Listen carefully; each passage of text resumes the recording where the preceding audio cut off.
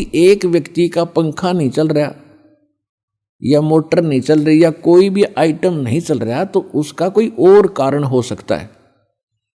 या तो पंखा खराब हो सकता है या मोटर खराब हो सकती है, उसको चेक कराओ। और सारा ही व्यवस्था नहीं चल रही कोई भी, तो आपका कनेक्शन ठीक नहीं है। तो यहाँ एक बहुत बड़ी हम गलती करते हैं कि मर्यादा ना रख के भगवान का हम आशीर्वाद प्राप्त नहीं कर पाते, जिस कारण से आप जी का वो कनेक्शन कट जाता है।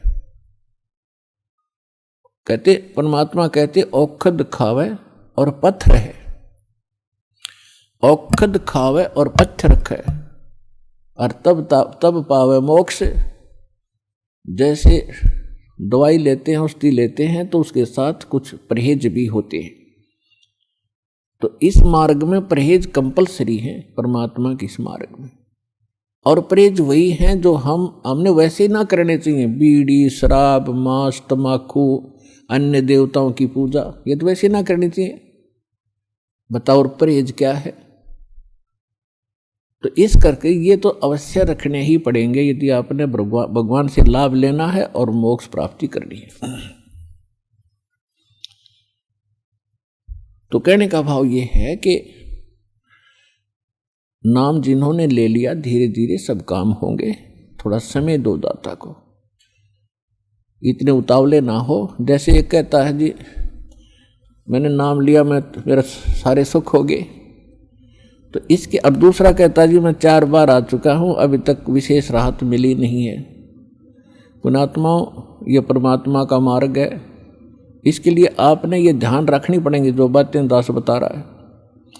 अब जैसे किसी का कोई रोगी है और उसको एक्सीडेंट हो गया किसी का, और उससे ब्लड निकल रहा है, रक्त, और उधर से टांग टूट गई, उस पीड़ा भी बहुत घनी हो रही है। तो डॉक्टर सबसे पहले उस स्थान को ऑपरेशन या किसी कारण से ठीक करेगा जहाँ से ब्लड निकल रहा है।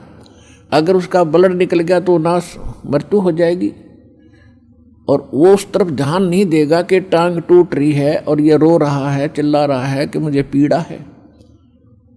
डॉक्टर इलाज भी कर रहा है और वो ये सोच रहा है कि डॉक्टर का ध्यान को नहीं, मैं मर गया, मेरी तो टांग टूट गई। लेकिन डॉक्टर पागल नहीं है।